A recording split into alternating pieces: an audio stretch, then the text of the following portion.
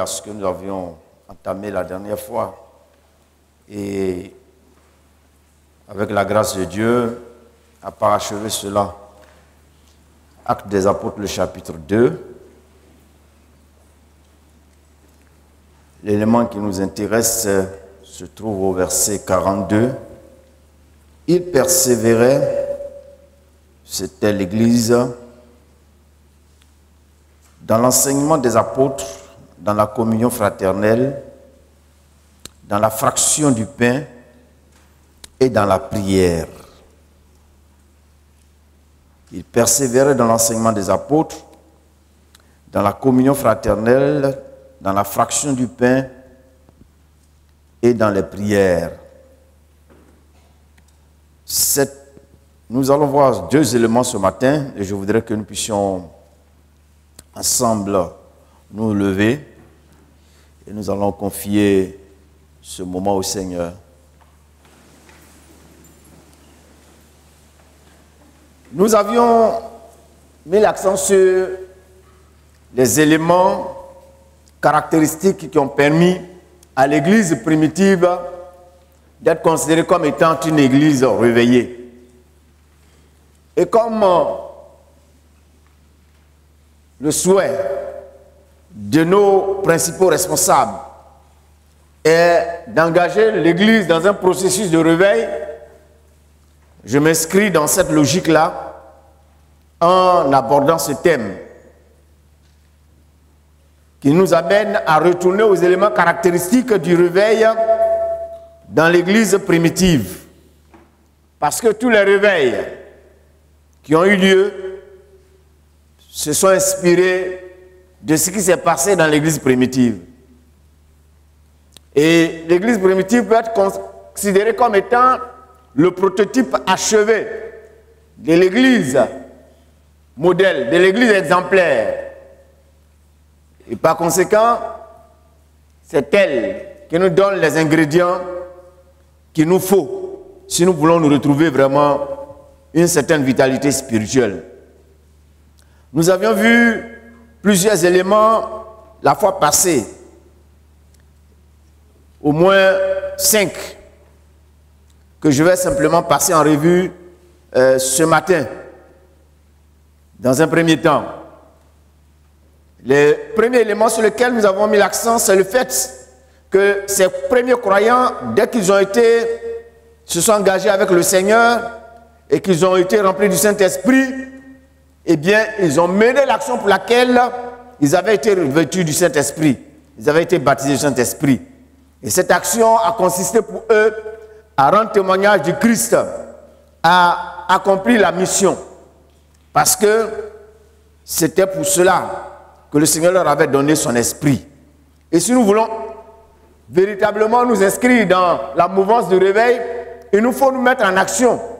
Et si nous voulons voir la main de Dieu en action dans l'Église, par des actes de puissance, il nous faut rendre témoignage du Christ.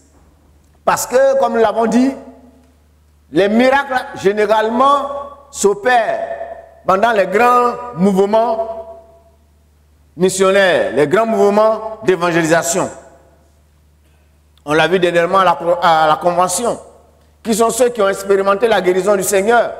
Ce paralytique et autres qui ont pu marcher, c'était des gens qui ne connaissaient pas le Seigneur, qui sont partis et puis qui ont entendu la parole de Dieu, qui ont exprimé leur foi et Dieu a honoré leur foi.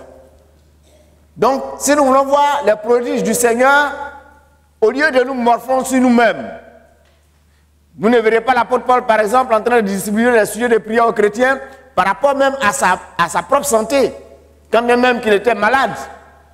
Mais il leur demandait de prier pour qu'il puisse annoncer la parole de Dieu avec force, avec vitalité, malgré sa condition. Et malgré sa condition, Paul n'était pas quelqu'un qui vivait dans la nonchalance, mais il manifestait un zèle, il manifestait de la témérité, et il manifestait de l'énergie dans l'accomplissement de l'œuvre de Dieu. Il s'oubliait lui-même. C'est pourquoi il disait dans Actes au chapitre 20, je ne fais pour moi-même aucun cas de ma vie comme si elle m'était précieuse. Mais ce qui est important pour moi, c'est que j'accomplisse ma course avec joie et que j'annonce la parole de Dieu. Donc, la première chose, c'est véritablement de se mettre en action. Si véritablement nous disons que nous sommes baptisés du Saint-Esprit, c'est de pouvoir annoncer la parole de Dieu. Deuxièmement, ils ont manifesté l'amour pour la parole de Dieu. Ils étaient des gens qui aimaient la parole de Dieu. Et ils prenaient du temps pour la parole de Dieu. Individuellement et collectivement. Et donc, il nous faut retrouver à cet élément fondamental de la vie chrétienne qui est l'écoute de la parole de Dieu, l'attachement à la parole de Dieu. Troisièmement, nous avions dit qu'ils manifestaient la crainte. Ils avaient la crainte de Dieu. Ils avaient la crainte de Dieu parce que véritablement leur souci c'était d'honorer le Seigneur. C'est de tout faire pour ne pas être en porte-à-faux avec le Seigneur. Et ils avaient veillé à cela dans le cadre de la constitution de leur vie chrétienne. Et ils vivaient vraiment une vie de sainteté. Si nous voulons le réveil, il nous faut aussi avoir la crainte de Dieu. Il ne nous faut pas nous comporter en imitateurs du mal. Aujourd'hui, il y a des chrétiens qui copient ce qui est mauvais. Il y a des chrétiens qui s'inscrivent dans la mouvance. Il ne s'agit pas de s'inscrire dans une mouvance. Il s'agit de savoir ce que cette mouvance-là, est-ce qu'elle est en adéquation avec la parole de Dieu? Est-ce qu'elle est en phase avec ce que la parole de Dieu nous prescrit? Le chrétien ne suit pas un phénomène de mode. Le chrétien suit ce que la Bible dit. Et la Bible ne change pas. La Bible ne varie pas. Notre conduite doit avoir comme miroir, comme reflet, comme élément qui nous permet de jauger notre comportement, la parole de Dieu. Ce n'est pas les concepts. Ce n'est pas ce qui est en vogue qui doit nous caractériser. Nous devons tout faire en étant en phase avec la parole de Dieu. C'est ce qui doit nous caractériser. Et j'ai mis déjà l'accent sur combien d'éléments? Combien? 3. Et il y a un quatrième.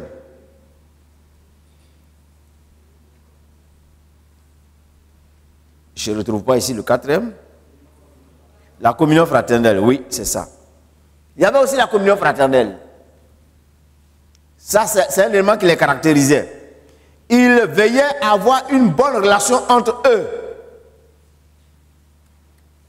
Ils ne supportaient pas qu'il y ait des dissensions entre eux.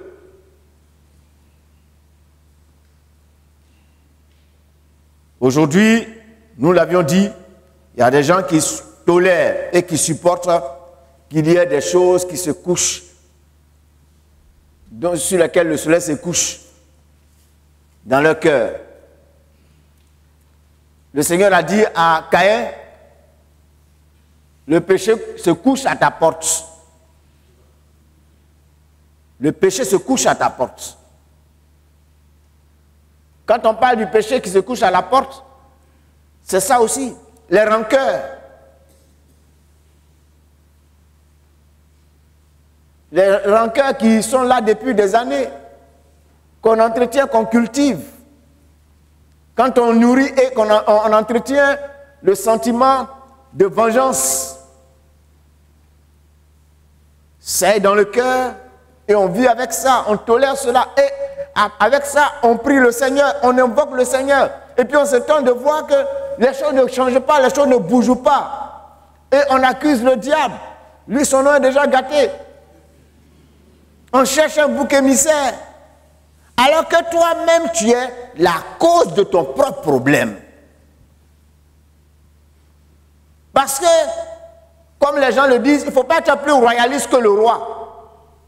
Dieu lui-même qui est Dieu, malgré tout ce que tu as fait dans ton passé, le jour où tu as accepté Jésus, Dieu t'a amendé, Dieu a effacé tes péchés. Et des choses graves.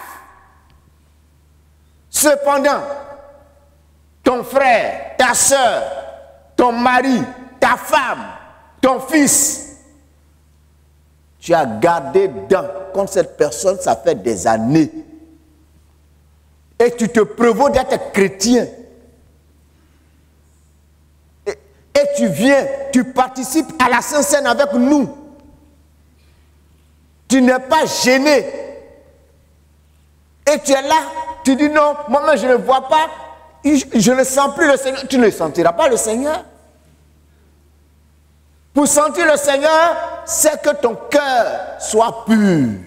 C'est que ton cœur soit saint. C'est que ton cœur soit débarrassé de toute souillure. Et nous avons fait de la spécialité du péché, le domaine du péché, le domaine simplement des choses, peut-être du sexe et autres, mais on ne voit pas, c'est les rancœurs. Et ce que je dis se vit, même au niveau des leaders, dans l'église, à tous les niveaux, même entre nos pasteurs, des rancœurs. Comment voulons-nous qu'il y ait réveil en entretenant de tels sentiments dans nos cœurs? C'est pas possible. C'est pas possible. Il nous faut être réalistes. On est aujourd'hui dans un pays où les églises poisonnent. Les églises poussent comme des champignons. Il y a des gens qui sortent des églises et qui s'en vont créer église parce que des rancœurs. Moi, j'ai rencontré quelqu'un qui est venu me voir. J'avais appris que la personne avait quitté son assemblée et était partie dans une autre dénomination. J'ai rencontré la personne parce qu'elle m'était proche. Et je lui ai demandé, mais pourquoi tu es parti de l'église? Elle me dit, non, voilà, on a fait ceci, on m'a fait ceci. Je lui ai dit, où tu t'en vas là? C'est des anges que tu vas trouver là-bas. C'est des hommes que tu vas trouver là-bas. Ce n'est pas des hommes que tu vas trouver. Tu vas trouver des hommes. Même parmi les hommes, il ne sait pas trouver la perfection au ciel. C'est pourquoi il y a des démons. Les démons sont des anges qui ont été déchus de leur position.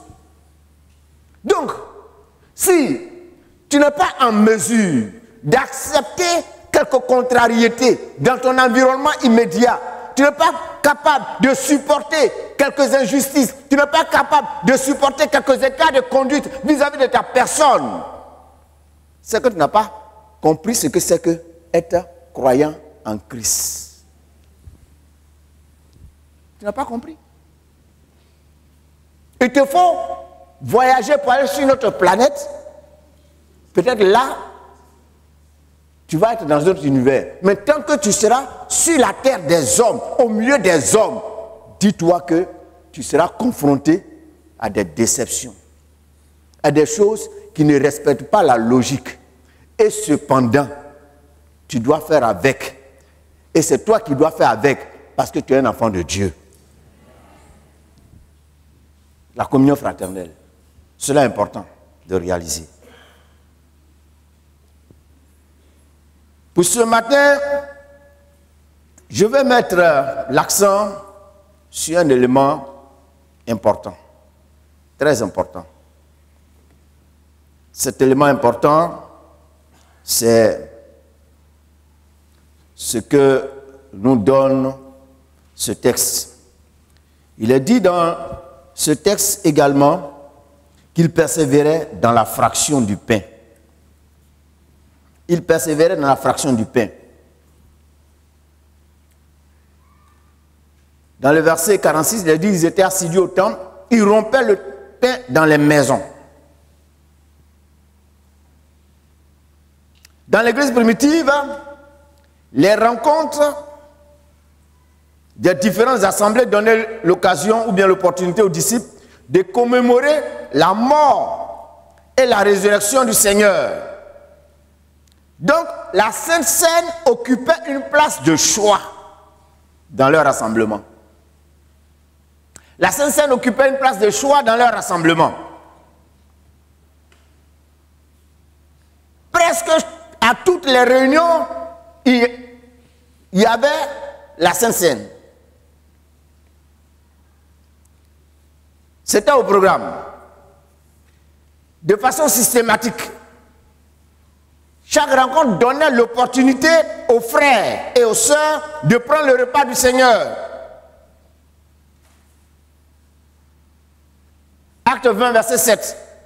Il est dit, le premier jour de la semaine, nous étions réunis pour rompre le pain.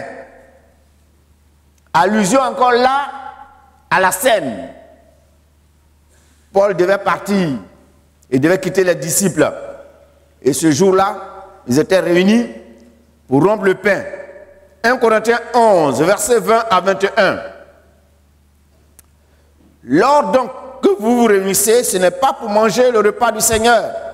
Car quand on se met à table, chacun commence à prendre son propre repas et l'un a fait tandis que l'autre est ivre. Lors donc que vous vous réunissez, ce n'est pas pour manger le repas du Seigneur. Quand ils se retrouvaient de façon systématique, c'était l'occasion de ce qu'on appelle les agapes ou bien les agapés, mais aussi c'était l'occasion pour eux de prendre le repas du Seigneur. Donc en examinant ces textes, on se rend compte que le repas du Seigneur figurait systématiquement au programme de toutes les rencontres de l'Église primitive, au même titre que l'enseignement et la prière. La symbolique du mémorial de la scène a eu un grand impact sur ces premiers disciples du Christ. Oui, ça a eu un impact. Ça a contribué à la vitalité de l'Église primitive. Parce qu'il n'était pas un élément négligeable. Et c'est pourquoi ce matin, j'ai décidé de prêcher avant le repas du Seigneur. Donc le frère qui était proposé à la lecture, je te fais grâce ce matin. Tu as une grâce. Tu gardes ce que tu avais prévu partager avec nous. Je fais office en même temps de celui qui fait la lecture pour la scène. Ça avait un grand impact. De nos jours, plusieurs conceptions existent dans le corps de Christ. Chacun avec sa façon de faire. Il y a ceux qui incluent la Sainte Seine dans leur culte 2 fois dans l'année. Dans certaines congrégations, dans certaines dénominations, c'est 2 fois dans l'année, ils prennent le repas du Seigneur. Dans certaines, ils la prennent 1 fois dans le mois. Je fais l'expérience aux États-Unis quand je suis parti. L'assemblée que je fréquentais, ils prennent la Sainte Seine 1 fois dans le mois. Ils ont leur raison. Nous sommes de ceux qui prennent le repas du Seigneur chaque dimanche. Et même si nous voulons imiter l'Église primitive intégralement, toutes les réunions, toutes les rencontres de l'Église où ses membres se retrouvent, on peut célébrer le repas du Seigneur. Parce que tant que le corps de Christ se retrouve, ce n'est pas de trop que de célébrer le repas du Seigneur, de prendre le repas du Seigneur. Même si cela nécessite une certaine organisation. On va me dire, bon, je dis par exemple, on peut prendre le repas du Seigneur, je dis oui. Mardi par exemple, on peut prendre le repas du Seigneur, je dis oui. Donc ça donne une matière du travail aux diacres et aux diaconesses chargés de préparer le repas du Seigneur. Quand on sait que dans nos assemblées même, le seul dimanche là même pour pouvoir faire là, c'est difficile. C'est pas vrai, diacre. Diacre Nice, c'est pas ça. C'est pas facile, hein. Déjà pour qu'aujourd'hui on soit là, il a fallu que déjà depuis hier, ils soient en activité pour pouvoir préparer ce qu'ils doivent faire ce matin. Et depuis ce matin, ils sont là aussi. Déjà. Donc, ça demande une certaine organisation. Parce que ça fait partie, c'est leur ministère. Alléluia. Imiter les premiers disciples ne sera nullement une occasion de banalisation de ce sacrement, qui pour nous évangéliques et protestants sont les 2 seuls. Dans le jargon, dans le milieu chrétien, on parle de sacrement. Les catholiques en ont 7. Nous, on en a 2 au niveau protestant et évangélique. Le baptême et la scène. Qui sont d'ailleurs les 2 recommandations que le Seigneur a données aux disciples. D'ailleurs, l'exemple type des Corinthiens que nous relate l'apôtre Paul est suffisamment éloquent pour nous amener à ne pas du tout adopter une attitude méprisable vis-à-vis de la scène. Donc, si On doit prendre la Sainte Seine autant de fois. Ce n'est pas l'occasion de banaliser cela. Il y a d'autres qui pensent que quand on prend trop, eh bien, on banalise la Sainte Seine. Ça doit donner l'occasion à une certaine solennité. Je ne suis pas contre les solennités. Mais prendre le repas du Seigneur à chacune des rencontres, ça donne aussi de la ténacité, ça donne aussi du tonus à la foi. Parce que quand on n'intègre pas bien ce qui est contenu dans le repas du Seigneur, ça conduit à des conséquences graves. Quand l'apôtre Paul dit dans 1 Corinthiens 11, verset 26, « Car toutes les fois que vous mangez ce pain et que vous buvez cette coupe, vous annoncez la mort du Seigneur jusqu'à ce qu'il vienne. C'est pourquoi celui qui mangera le pain ou boira la coupe du Seigneur indignement sera coupable envers le corps et le sang du Seigneur. » C'est une mise en garde. Celui qui mangera le pain ou boira la coupe du Seigneur indignement sera coupable envers le corps et le sang du Seigneur. Prendre le repas du Seigneur de façon indigne, dans une position d'indignité, dans une position qui n'est pas bonne aux yeux de Dieu, c'est du mépris. Et cela nous rend coupables devant le Seigneur. Combien de fois n'avons-nous pas pris le repas du Seigneur en sachant nous-mêmes que notre position n'était pas bonne devant le Seigneur? Et nous l'avons pris quand même. Parce que si je ne prends pas, mon voisin qui est là va dire, mais pourquoi il n'a pas pris aujourd'hui? Mon frère qui est là, pourquoi? Il va me dire, pourquoi est-ce qu'elle n'a pas pris aujourd'hui? Et il y en a parmi nous qui sont un peu bavards. Si on est amis, par exemple, il peut t'accoster. Mais le gars, il y a quoi aujourd'hui? Je le dis parce que nous, on a été jeunes. Hein? On a été jeunes. Dans notre génération, on était comme ça. Hein? On était toujours assis ensemble. Généralement, on était au premier banc. On était sur la même lignée. Donc, quand le dimanche, le mois de la Sainte arrive, et que les uns se lèvent et puis l'autre est assis, on est là. Bon, on finit d'abord, et puis quand on s'assoit, tu écoutes ton ami. Le gars est roi.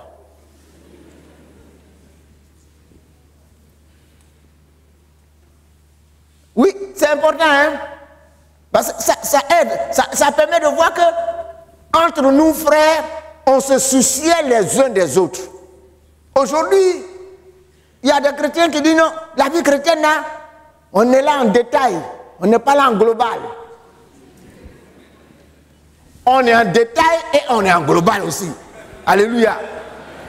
Parce que ton détail là et notre global, c'est ce qui fait la vitalité de la vie chrétienne.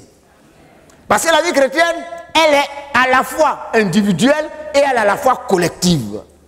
Si dans mon individualité, je suis bien, dans l'ensemble, nous serons tous bien et dynamiques. C'est pourquoi refusez que vos frères et vos sœurs soient médiocres. N'acceptez pas que vos frères et vos sœurs soient médiocres. Quand vous constatez que votre frère et votre sœur est en train de devenir médiocre, accoste-le, approche-le. Parce qu'il peut être devenu comme Akan. Il peut devenir comme une gangrène. La gangrène, c'est une plaie. Quand elle commence petit, hein, mais au fur et à mesure, elle ronge. Et quand ça va commencer à ronger, ça va commencer à faire mal. Et puis, après, on dit non, on coupe le pied. Après, on dit non. La plaie là, il y avait des gemmes, ça touchait aussi le bras. Donc, on doit couper le bras. Et puis, finalement, vous devenez morceau d'homme.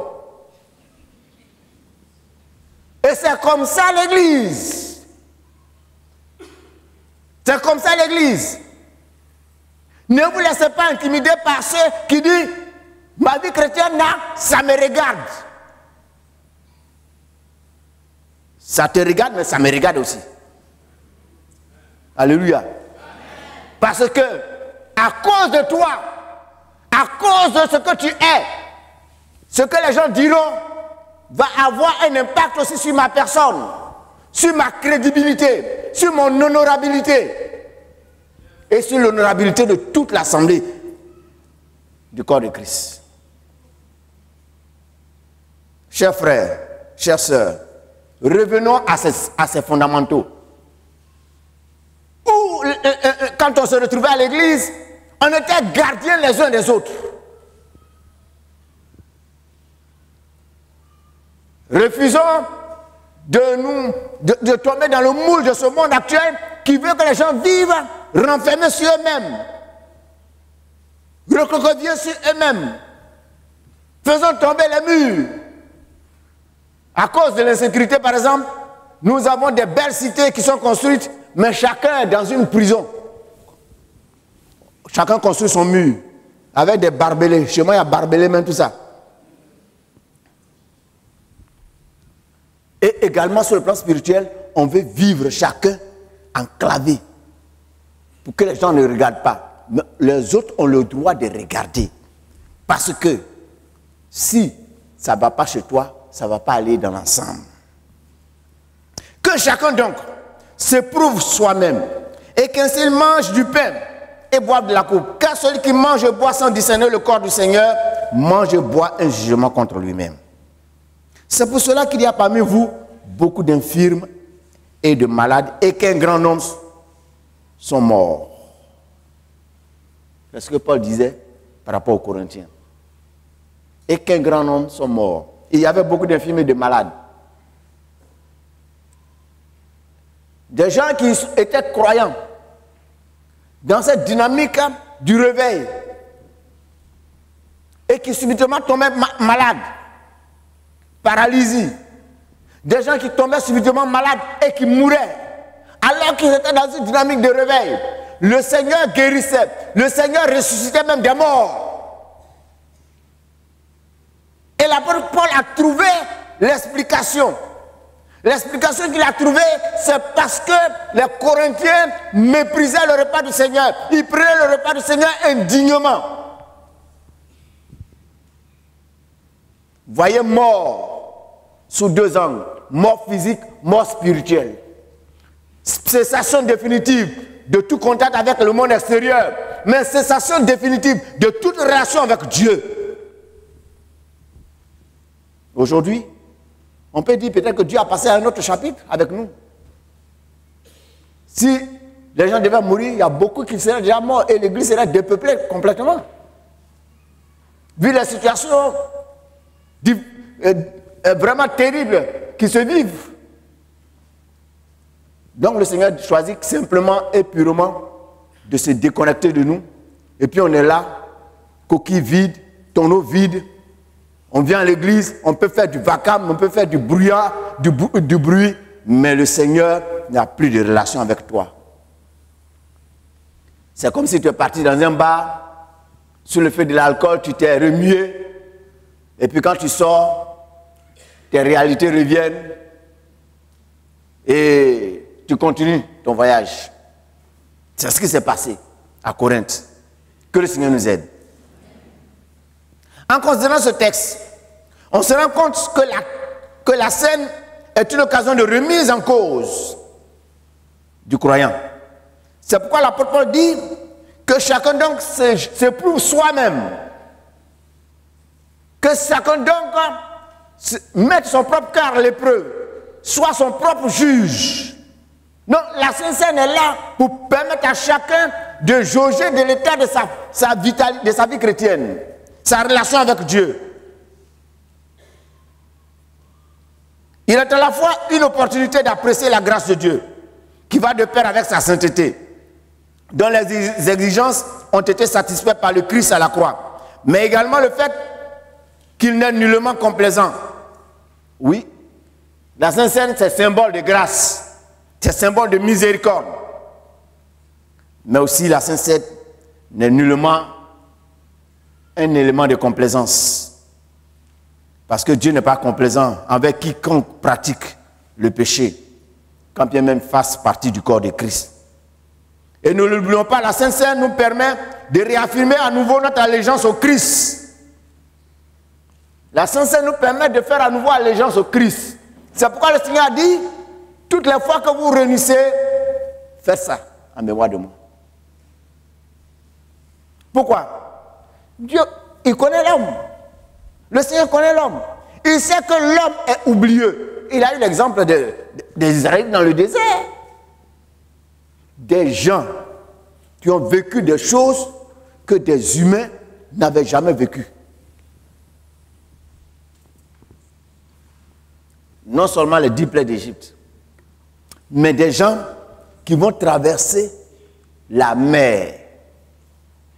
Vous savez, il y a des mers dont on ne connaît pas la profondeur. L'homme n'est jamais arrivé à voir la profondeur. Mais il y a des endroits où on te dit, par exemple, c'est à 26 mètres de fond, 30 mètres de fond. Mais il y a des endroits où on n'arrive pas à déterminer la profondeur. Tellement c'est profond. Et puis la mer, c'est une masse d'eau. Allez-y voir, quand il y a des tempêtes, allez-y voir simplement sur le littoral, là où il y a la mer. Moi, je vais parfois à la plage, mais je ne me suis jamais permis même de me mouiller les pieds. Parce qu'elle est imprévisible. Elle va, elle revient, elle va, et puis un coup, boum. Quoi?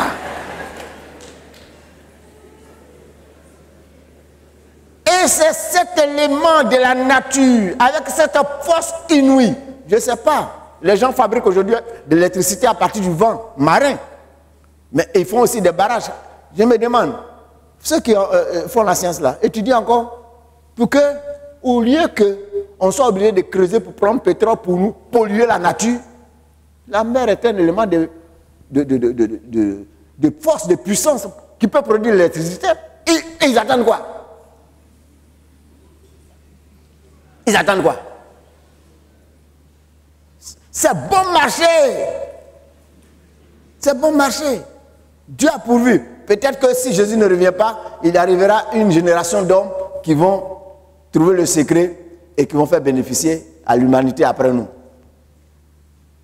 Mais, chers frères, ces Israélites-là, cet élément de la nature aussi puissant, redoutable, ils vont traverser à sec. Montagne d'eau par-ci, montagne d'eau par-là. Au milieu, ils traversent, ils s'en vont. Dans le désert, pendant 40 jours, pendant 40 ans, Dieu dit, leurs chaussures ne se sont pas usées et ils ne sont pas morts de faim. Dans le désert, le jour, ils n'ont pas eu chaud.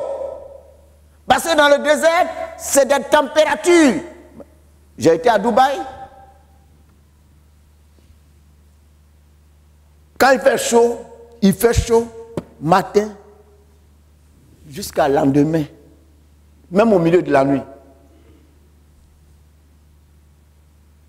À l'ombre, vous avez 45 degrés. On était allé faire une course avec celui qui nous servait de guide. On était là, il a maintenu la voiture allumée, il est allé faire la course et il a mis la climatisation. Nous, on était dedans. Parce que si on éteint là, vous allez mourir. Et la nuit, 20h, 22h, quand tu sors dans l'atmosphère ambiante, il y a la chaleur. Et cependant, Israël a traversé le désert. Ils ne sont pas morts de chaleur. Parce que dans la journée, Dieu lui-même créait les conditions pour que le peuple soit à l'abri. La nuit, Dieu les préservait également au plan climatique. Ils ont vécu tout ça. Mais regardez combien de fois ils ont été rebelles à Dieu. Quand il y a eu le tabernacle, combien de fois ils ont été encore rebelles. Et Jésus, en instituant la Sainte Seine, il dit aux disciples de faire cela en mémoire de lui, chaque fois qu'ils vont se rassembler. Chaque fois qu'ils vont se rassembler. Se souvenir de lui. Et c'est l'occasion pour les disciples de faire à nouveau allégeance. Parce que regardez ce qui s'est passé dans Jean 13, versets 21 à 28. En considérant ce texte de Jean 13, versets 21 à 28, on se rend compte que c'est en ce moment précis, et bien qu'il connaissait depuis longtemps les intentions de Judas, que le Seigneur lui a donné d'exprimer définitivement son libre arbitre, en choisissant de lui être loyal ou de le trahir. Jésus connaissait depuis longtemps les intentions de Judas, hein? Mais c'est le moment qu'il a choisi de donner l'opportunité à Judas de choisir définitivement, de faire ce qu'il avait à faire, ou de le trahir ou bien de lui être loyal. Malheureusement, Judas a choisi la dernière option, le trahir. Et dès ce moment, il a dit quoi? Que Satan entrait en Judas. Satan est entré en Judas. Dans le psaume 23, verset 5, il a dit: tu dresses devant moi une table en face de mes adversaires. Tu oins d'huile ma tête et ma coupe déborde. Tu dresses devant moi une table en face de mes adversaires. La Sainte Seine est une table que Dieu dresse, que le Seigneur dresse entre lui et ses adversaires. Donc quand on vient à la table du Seigneur, on peut être de son côté ou bien on peut être de l'autre côté. Et ce matin, et toutes les fois que nous nous retrouvons pour prendre le repas du Seigneur en assemblée, ces deux groupes se retrouvent. Ceux qui sont du côté du Seigneur et ceux qui sont de l'autre côté de la table, en face. Et quelquefois, et très souvent, nous avons été de ceux qui étaient en face, du mauvais côté. Et Dieu nous a conservé la vie. Mais c'est des grâces que Dieu nous fait. Ce n'est pas de la complaisance.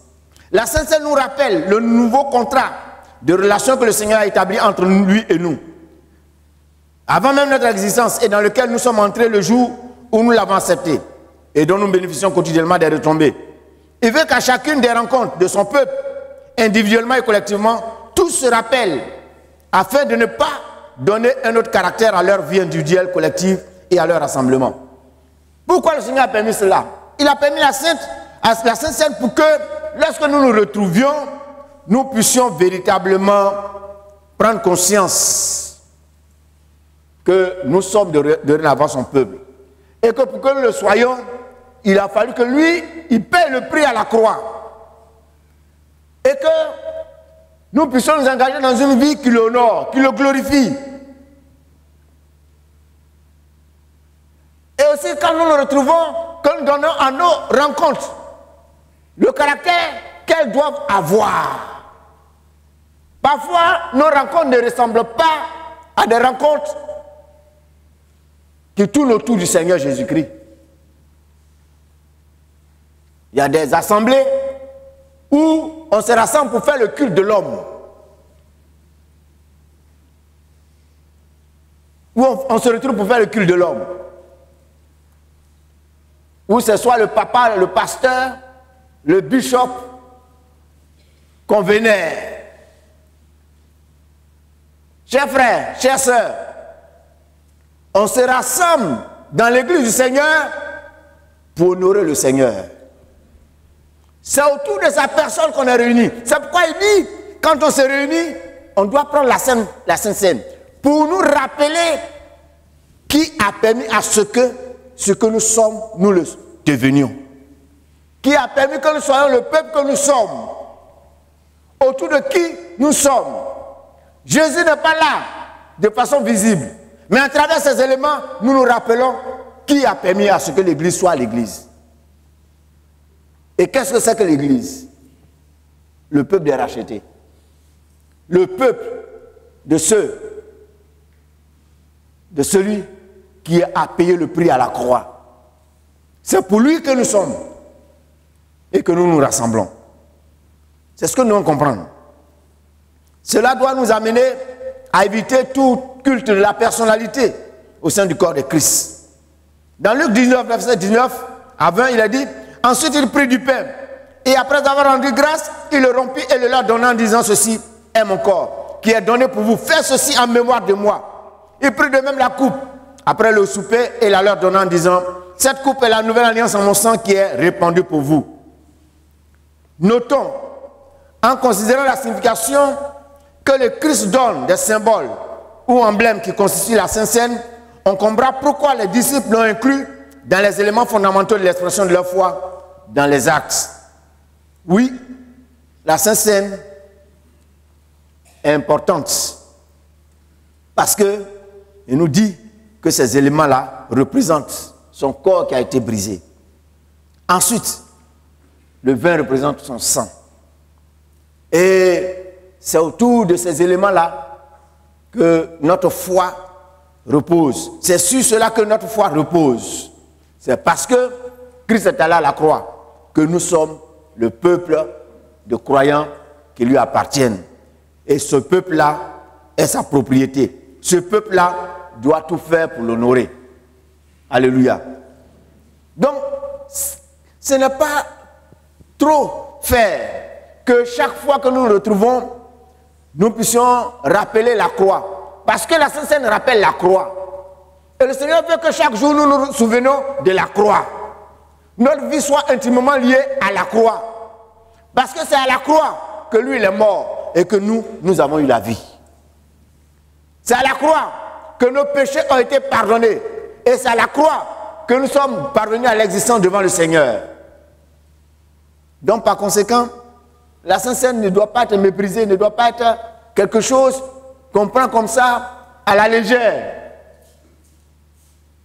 Je voudrais certainement te dire ce matin, toi qui es là, et qui sens peut-être une sécheresse dans ta vie, qui sens que ta vie n'est pas véritablement celle qu'elle devrait être, c'est parce que certainement tu prends la Sainte Seine sans avoir intégré ce que cela représente. Tu es sous le coup certainement du jugement de Dieu parce que tu n'as pas pris le temps de passer en revue et de soustraire de ta vie bien des choses qui ne doivent pas exister dans ton existence. Et vous voyez, j'ai fait un constat. Quand vous êtes enfant de Dieu, vous êtes chrétien, et puis vous tolérez une certaine tendance dans votre vie. Vous tolérez une certaine tendance dans votre vie. Les gens peuvent parler. Le Seigneur peut vous interpeller. Mais à un moment donné, le Seigneur ne vous dira plus rien. Les gens ne vous diront plus rien. Et puis, à un moment donné, on constate que c'est comme si, quand les gens vont parler, on dit, lui, il est comme ça. Il est comme ça. Regardez ce qui s'est passé avec Pharaon. Quand vous lisez bien le livre de l'Exode, à 6 reprises, il a dit que Pharaon endurcit son cœur. À la 7e fois, il a dit Dieu endurcit son cœur. À la 8e fois, Dieu endurcit son cœur. À la 9e fois et à la 10e fois, Dieu endurcit son cœur. Parce que il y a un temps où Dieu nous fait grâce. Mais à un moment donné, Dieu met fin à sa grâce. Et c'est son jugement maintenant qui intervient. Dieu ne veut pas que tu sois jugé à la fin. C'est pourquoi certainement tu vis encore. Il y a encore de l'espoir que tu te remettes en cause. L'orgueil a pris le dessus. Tu es devenu aigri. Les gens ne me comprennent pas. Les gens sont ceci, les gens sont cela. Maintenant, c'est les autres que tu accables. Tu ne te remets plus en cause. Or, la vie chrétienne ne consiste pas à indexer les autres du doigt. Quelqu'un a dit, quand tu indexes les autres, tu as 3 doigts qui t'indiquent toi-même. Et il y a des gens, quand vous les écoutez, ils accablent tout le monde. Tout le monde leur en veut. Tout le monde ne les aime pas. Quand tu pointes le doigt, regarde dans ta direction. Il y a 3 doigts qui disent que toi-même là, quelque part, tu es problématique. Ce matin, que le Seigneur t'aide. Que le Seigneur nous aide. Nous voulons qu'il y ait un réveil. Pour qu'il y ait un réveil, ne banalisons pas le repas du Seigneur. c'est l'occasion pour le Seigneur de nous rappeler cela. Je vais terminer avec le dernier élément. J'aurais bien voulu m'attarder là-dessus, mais je pense que des exploitations seront faites parce que nous sommes là pour retourner aux anciens sentiers cette année et d'autres interventions auront lieu pour pouvoir accentuer ces choses. La dernière chose, dans le cadre de cette intervention, c'est la pratique régulière des prières. La pratique régulière des prières était une de leurs constances. Ils persévéraient dans l'enseignement des apôtres, dans la communion fraternelle, dans la fraction du pain et dans les prières. Plusieurs mentions du livre des Actes nous montrent une église qui pratiquait constamment les différents types de prières. Et cela explique en grande partie la vitalité et la puissance qui se dégageait de cette église. Oui, beaucoup de mentions à la prière sont constatées dans le livre des Actes.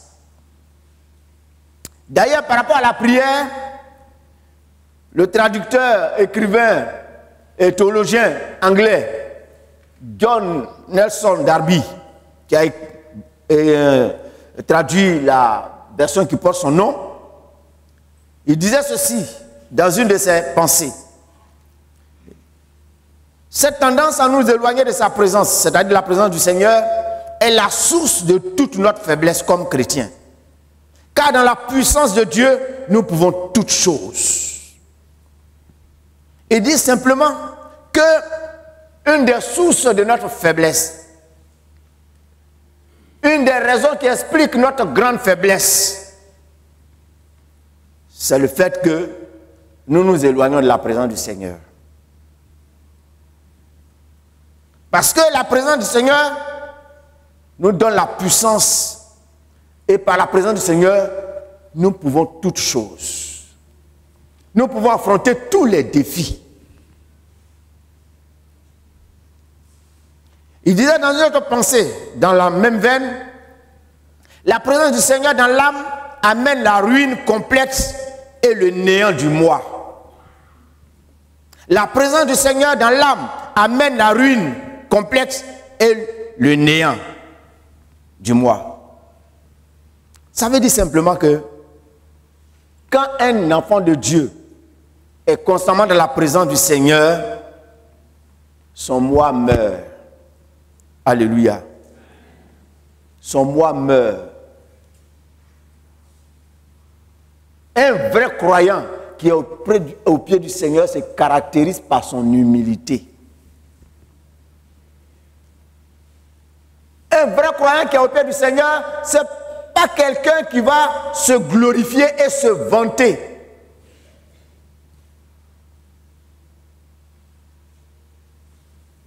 Aujourd'hui, on est trop rempli de nous-mêmes. Trop rempli de nous-mêmes. Notre moi a trop poussé. Et c'est une des explications de nos difficultés. On ne peut pas marcher sur notre pied.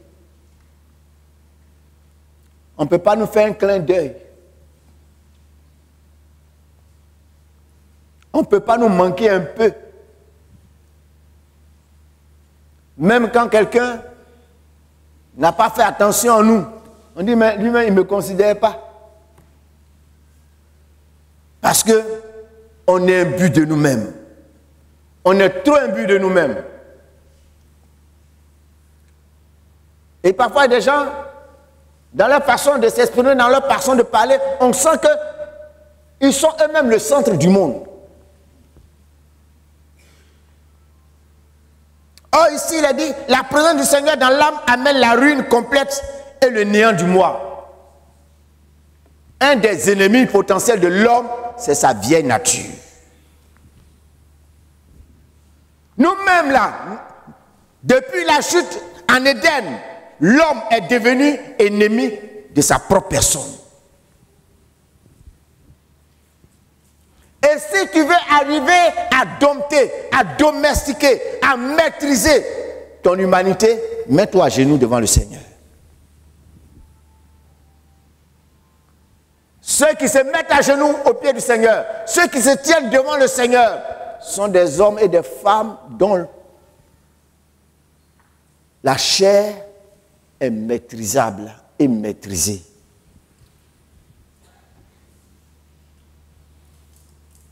En faisant de la culture, de la recherche de la présence de Dieu, un des piliers de leur vie prise individuellement et collectivement, l'Église primitive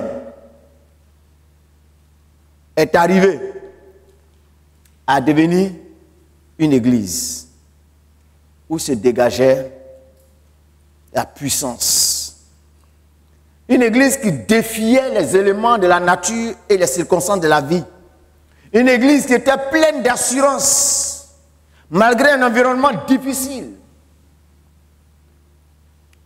Ce sont des gens qui ont vécu dans un environnement difficile.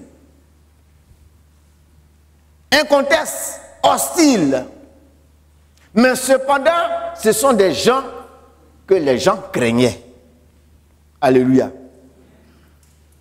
Ils étaient combattus, mais leurs adversaires les craignaient. Un chrétien qui prie, c'est quelqu'un qui est craint, même par les hommes et même par Satan.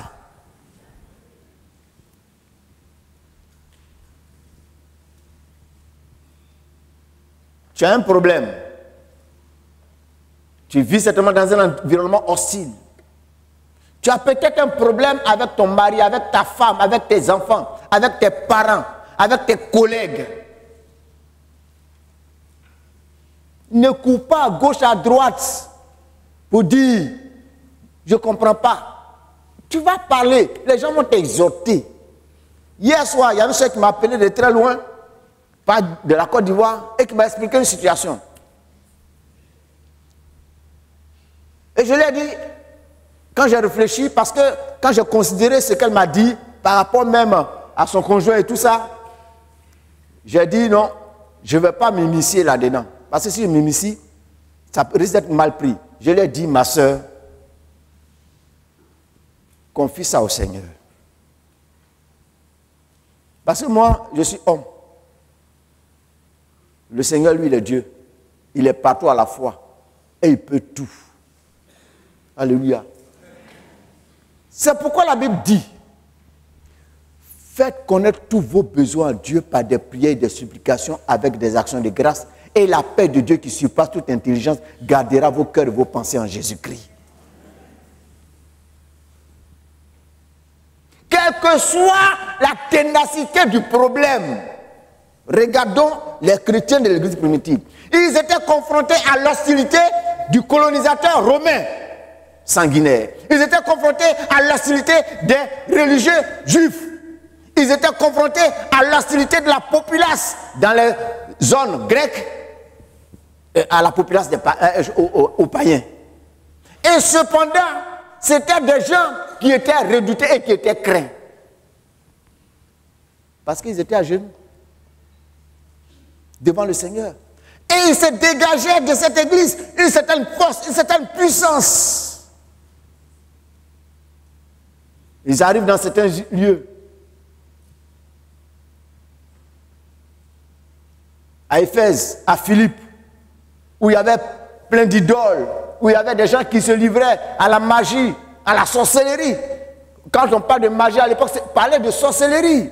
Et qui se livraient à des arts divinatoires. Ces démons-là étaient maîtrisés. Les gens étaient libérés. Cela leur valait des persécutions. Mais Dieu les libérait et ils continuaient leur route. Et l'évangile était sémé. Chers frères, chères sœurs, nous sommes dans un environnement difficile. La bataille de l'heure dans le monde, c'est une bataille d'ordre spirituel. Ce qui est en train de se passer dans le monde actuel, c'est une bataille spirituelle. Avant-hier, l'Inde a légalisé l'homosexualité. Et ils font pression actuellement sur le Ghana pour que le Ghana puisse inscrire dans sa législation l'homosexualité. Les églises se sont levées. Les gouvernants ont dit, pas question.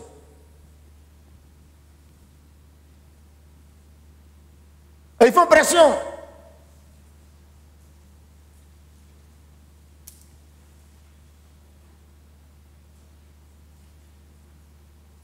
Les bornes sont dans certains pays, certains même sont en train de légaliser les mariages entre animaux et hommes.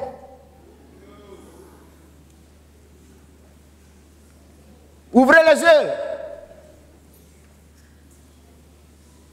Quand dans certains pays, des gens font don, c'est-à-dire considèrent comme héritiers leurs animaux de compagnie, et ils les font hériter.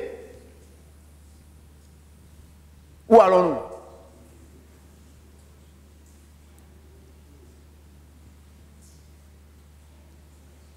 La Bible dit, nous n'avons pas à lutter contre la chair et le sang.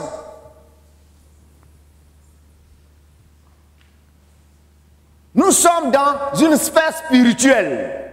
Et en tant que chrétiens, ouvrons les yeux. Nous avons la parole de Dieu pour nous ouvrir les yeux. Et cependant, quand nous sommes confrontés à des réalités, nous voulons avoir une démarche humaine, une démarche physique. Non, il y a certaines situations où il n'y a plus de démarche physique. Il faut faire une démarche spirituelle. Et une des démarches spirituelles les plus efficaces, dans certains cas, c'est la prière. Il faut chacun accepter de faire face à sa réalité. Dieu est notre Père à tous.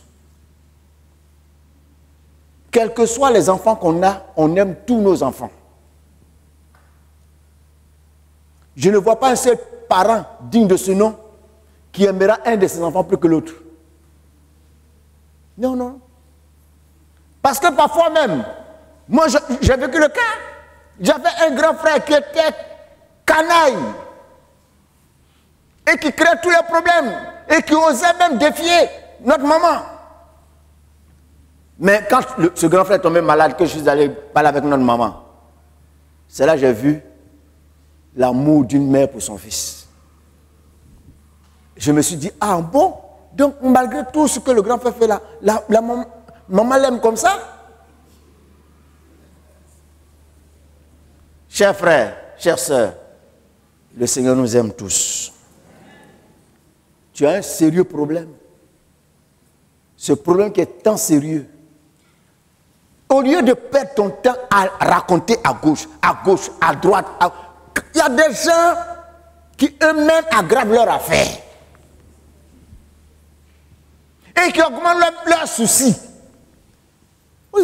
Tout le monde n'a pas la capacité de garder les choses. Et toi-même, tu te vends moins cher aux gens. La personne qui ne fera pas fuiter tes problèmes et qui va garder la discrétion de tes situations, c'est le Seigneur. Et aussi la personne qui a les atouts et les capacités pour résoudre toutes les équations, tous les problèmes dans lesquels tu es, c'est le Seigneur. Confie-lui. Mets-toi à genoux. Mets-toi à genoux.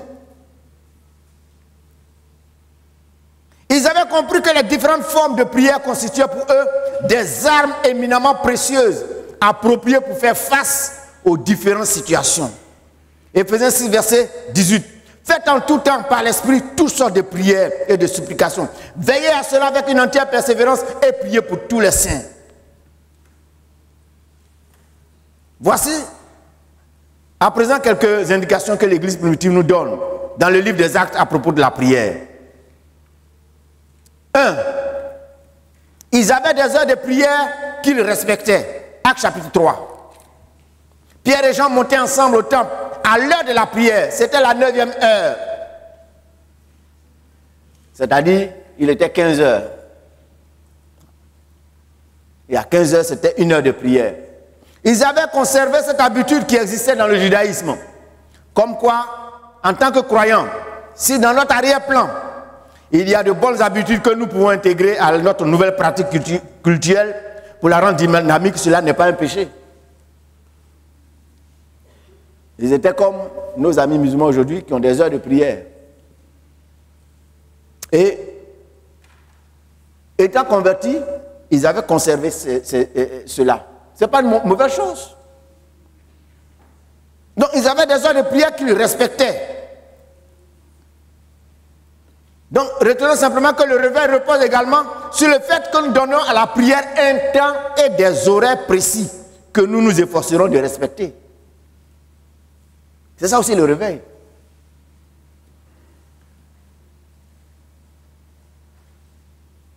Il y a des gens qui ont fait cette expérience. Ils se sont habitués à prier à certaines heures. Et quand ces heures-là arrivent, c'est comme si quelqu'un vient te réveiller. Et puis si tu veux te forcer à dormir, tu ne peux plus dormir. Il m'est arrivé parfois, au milieu d'une nuit, où, soit la veille, j'étais fatigué, je dis, je vais bien dormir. À un moment donné, je n'ai plus sommeil. Je suis là et puis je dis, mais c'est quoi? Et puis intérieurement, le Saint-Esprit me dit, certainement le Seigneur veut que tu pries. Je me lève, je prie, et je prie, et je prie, je prie. Et puis parfois, c'est soit vers 5 h du matin, je dis, bon, je vais me coucher un peu. Quand je me couche un peu là, le sommeil est parti. Et quand je me lève, en tout cas, je me lève avec un sentiment de joie, de tranquillité. C'est comme si j'ai accompli une bonne action. Vous voyez, quand vous faites la volonté de Dieu, intérieurement, le Saint-Esprit vous parle. Vous avez un équilibre, vous avez une tranquillité. La prière est importante parce que nous sommes dans un monde qui stresse, dans un monde qui oppresse. Et si tu veux retrouver l'équilibre dans cette oppression, dans ce stress, mets-toi à genoux. Et la Bible dit quoi? Déchargez sur lui tous vos soucis, tous vos fardeaux. Tu es là, tu es comprimé par les problèmes, tu es contrôlé par les problèmes, tu es surchargé par les problèmes. Et puis tu parles tout seul, tu les vois marcher, même il y a des chrétiens. Et moi-même, qu'est-ce que j'ai fait? C'est pas comme ça. Mets-toi à genoux et puis parle au Seigneur. Quand tu as parlé au Seigneur, tu vas retrouver ton équilibre. Parce que tu sais que tu as confié ton problème à quelqu'un de sûr, quelqu'un de confiance. Que le Seigneur nous aide. L'Église recourait à toutes les formes de prière, toujours guidée par le souci de l'œuvre. Donc l'Église priait guidée par le souci de l'œuvre de Dieu. C'était là leur souci. Ce n'était pas des sujets de lamentation habituelle. Seigneur, on ne gagne pas à manger. Je ne travaille pas. Non, ce n'est pas leur souci. On n'est pas en sécurité. Néron nous persécute. Les chefs religieux nous persécutent. Oh, le diable nous en veut. Le diable nous pourchasse. Non, ce n'était pas ça leur souci. Quand vous lisez le livre des Actes, quand vous les voyez prier, leur sujet de prière, c'était toujours orienté par rapport à l'œuvre de Dieu. À leur ministère. À ce pour lequel ils existaient en tant qu'Église du Seigneur. Regardez Pierre et Jean, ils sont relâchés. Dans Actes chapitre 3 et chapitre 4. Quand ils sont relâchés, ils s'en vont vers les leurs. Et ils rendent compte aux frères et sœurs. À la suite de leur compte rendu, ils vont se mettre à prier. Voilà ce qu'ils disent en substance. Verset 29. Actes chapitre 4. Et maintenant, Seigneur, vois leurs menaces. Et donne à tes serviteurs d'annoncer ta parole avec une pleine assurance. En étendant ta main pour qu'il se fasse des guérisons, des miracles et des prodiges pour le nom de ton saint serviteur Jésus. Ils ne se sont pas retrouvés pour se lamenter, pour pleurnicher, pour lier Satan. Je te lie, nous te lions. Toi qui hantes l'esprit de ces hommes, nous n'allons pas nous laisser en paix.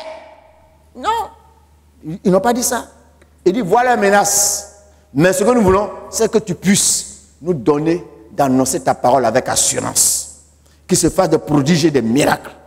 Alléluia. Pierre est en prison. Acte chapitre 12. L'église intercédait pour sa libération. Pourquoi l'église voulait que Pierre soit libéré? C'était pour le bénéfice de l'œuvre de Dieu. Paul et Silas sont emprisonnés à Philippe. Ils louent le Seigneur et ils le prient dans leur infortune. Ils louent le Seigneur dans leur infortune. Au lieu d'être démoralisés, au lieu d'être tétanisés par la peur, là-bas ils louent le Seigneur et ils prient. Ces deux expressions de piété et de foi suffiront à mettre en branle la main du Seigneur. Le résultat immédiat, c'est la conversion du geôlier suite au miracle. Tabitha, voyant servante du Seigneur dans le domaine du social, en faveur des frères et sœurs, donc pour le bénéfice de l'œuvre, elle tombe malade et meurt. Certainement, les frères ont prié. Mais malgré les moments de prière, elle est morte. Ils ont appris que Pierre est dans la région. Ils vont recourir à Pierre. Pierre arrive, Tabitha est ressuscitée. Quand Pierre est arrivé, l'argument qu'ils ont brandi, regarde ce qu'elle faisait, les œuvres qu'elle faisait. Et elle prenait soin on prenait soin des démunis parmi nous. Une telle personne ne doit pas mourir maintenant. Le Seigneur écoute leur cri. Elle est libérée. Dans le livre des Actes, on voit des serviteurs de Dieu en prière, dans le jeûne. Actes chapitre 13. Et le Saint-Esprit va leur donner de nouvelles orientations. Parce que quand nous prions pour les serviteurs de Dieu, et quand les serviteurs de Dieu même prient, Dieu leur donne des orientations par rapport à leur ministère. Alléluia. Donc, il y a un bénéfice qu'on retire en priant. Je ne vais pas m'attarder là. Simplement, ce que je voudrais que nous puissions retenir, c'est que si nous aspirons au réveil, le livre des Actes nous donne, en plus des éléments que nous venons d'énumérer, bien d'autres recettes qui ont contribué au réveil de cette première église et qui peuvent contribuer aussi à nous maintenir vivants, à nous maintenir en éveil, à faire que nous retrouvions des couleurs. Alléluia. Et Dieu veut que nous retrouvions des couleurs.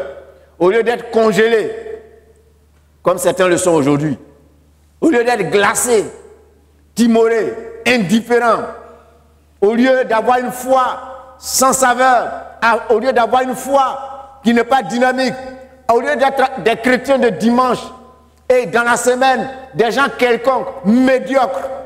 Dieu n'a que faire des gens médiocres et des gens quelconques. Dieu veut des gens qui véritablement ont une foi qui donne envie à leur entourage.